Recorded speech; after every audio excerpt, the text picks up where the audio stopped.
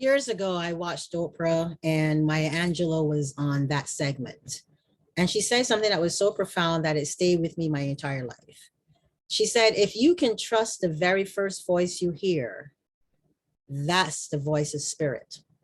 That's the voice that is truth. That's the voice that you need to listen to. Over the years of my life, I have learned how to trust that voice, and it has never led me wrong. It's only when I choose to ignore that voice that I found myself going down a path that is not good at all. You know, have you ever been in your car and somebody said, don't take that route, take this route? And then you ignore that voice and then bam, you're stuck in a traffic jam, or there's an accident or something that is so immovable that it delays you and prevents you from being on time, or it frustrates you, or it makes you lose your patience. That's what I'm talking about. Today, I want to talk about trust and trusting yourself and how important that is, regardless of if you're in a relationship with yourself, if you're in a relationship with someone else, or just a relationship, period.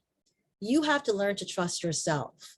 In my sessions with my clients, I talk about the two different trees, the oak tree and the elm tree. An elm tree, if any of you knows, when the hurricane comes, it blows and the leaves actually touch the ground. It can drag on the ground, and by the time the hurricane comes, nothing but leaves are on the floor. An oak tree, during adversity, even a hurricane, some leaves may fall, but the branches are untouched and the trunk of the tree is still in place. It takes a lot of force to remove an oak tree. Which tree are you? Are you the oak tree or are you the elm tree? The one that goes, oh, when everything comes. Trusting yourself helps you to dictate what kind of tree you are. You know, a lot of people think I'm strong. I'm only as strong as my faith. I'm only as strong as my ability to believe in myself based on the faith that I have.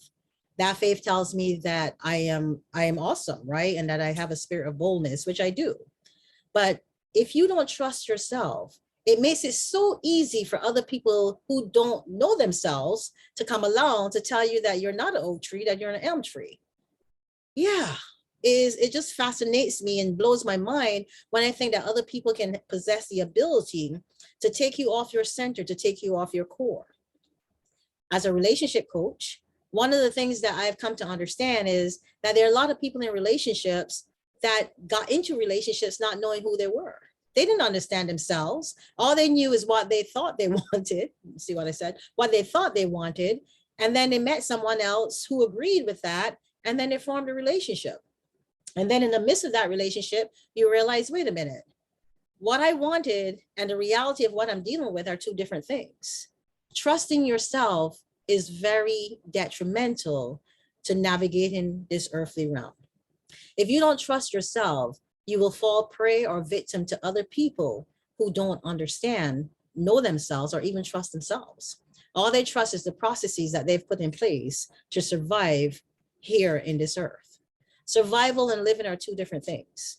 People who are surviving don't often, know themselves. All they know is they have to develop skills that or defense mechanisms that will help them to cope to get into the next day. People who are living have navigated this realm and realize, you know what? I have learned the lessons. I understand that in order to live, that I have to get out of survival mode, that I have to know who I am and what I stand for, and understand that I shouldn't make compromises to compromise myself, my value, or who I am at my core. The moment you compromise yourself, that's you distrusting yourself. The moment you choose to put other people's agendas or objectives ahead of your own is you saying, I trust you more than I trust myself. Oh, come on now, Ingrid. Should you trust somebody else? I'm not saying not to trust somebody else. I'm not saying not to trust your partner, not to trust your spouse, not to trust your children. I'm saying above all else, the core, the center, your center needs to be so strong that you trust who you are more than you trust what they are telling you. Because that core and the strengthening of that core, which is ideally and essentially your spirit, will allow you to dictate if what they're saying is true or not.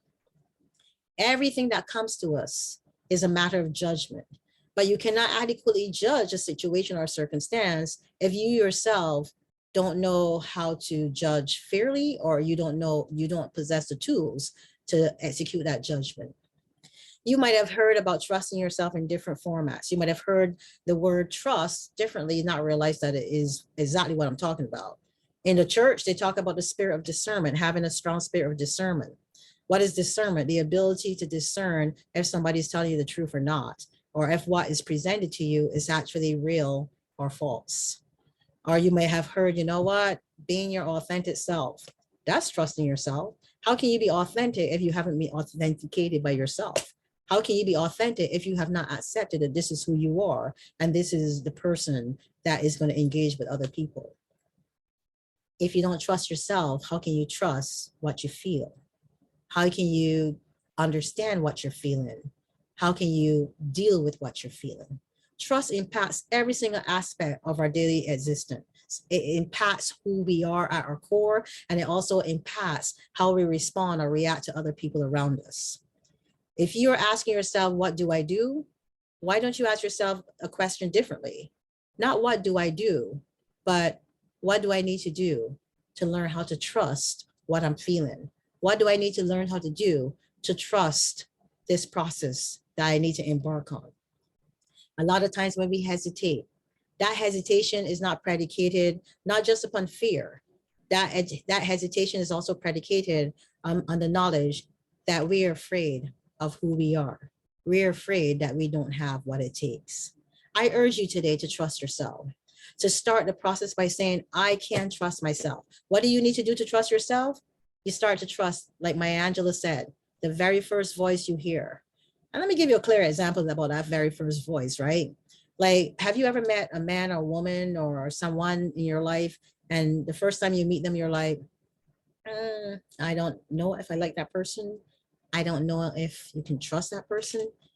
And you push through that first voice and you convince yourself and convict yourself that what you heard initially is not the truth, but something else gets you and you gravitate towards the lie that you're perpetrating to ignore the truth. And then you end up with this person, and then you're in a relationship with this person, and all of a sudden one day you say to yourself, I never liked them. I never trusted them. I never wanted to be in this position. That's what I'm talking about. Why ignore your natural indicator? It is spirit. Spirit tells you the truth. But in order to access the truth, you have to be willing to go through the process of being the truth. My name is Ingrid Felton. As always, thank you for listening to me. Thank you for visiting my YouTube channel. Thank you for telling others about what I do here. Thank you for liking the video, subscribing. Your subscriptions are needed.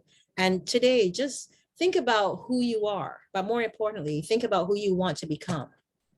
And part of that becoming is you possessing your own reins, is you saying, I will learn to trust myself. And what I'm really trusting is spirit. Have a great day.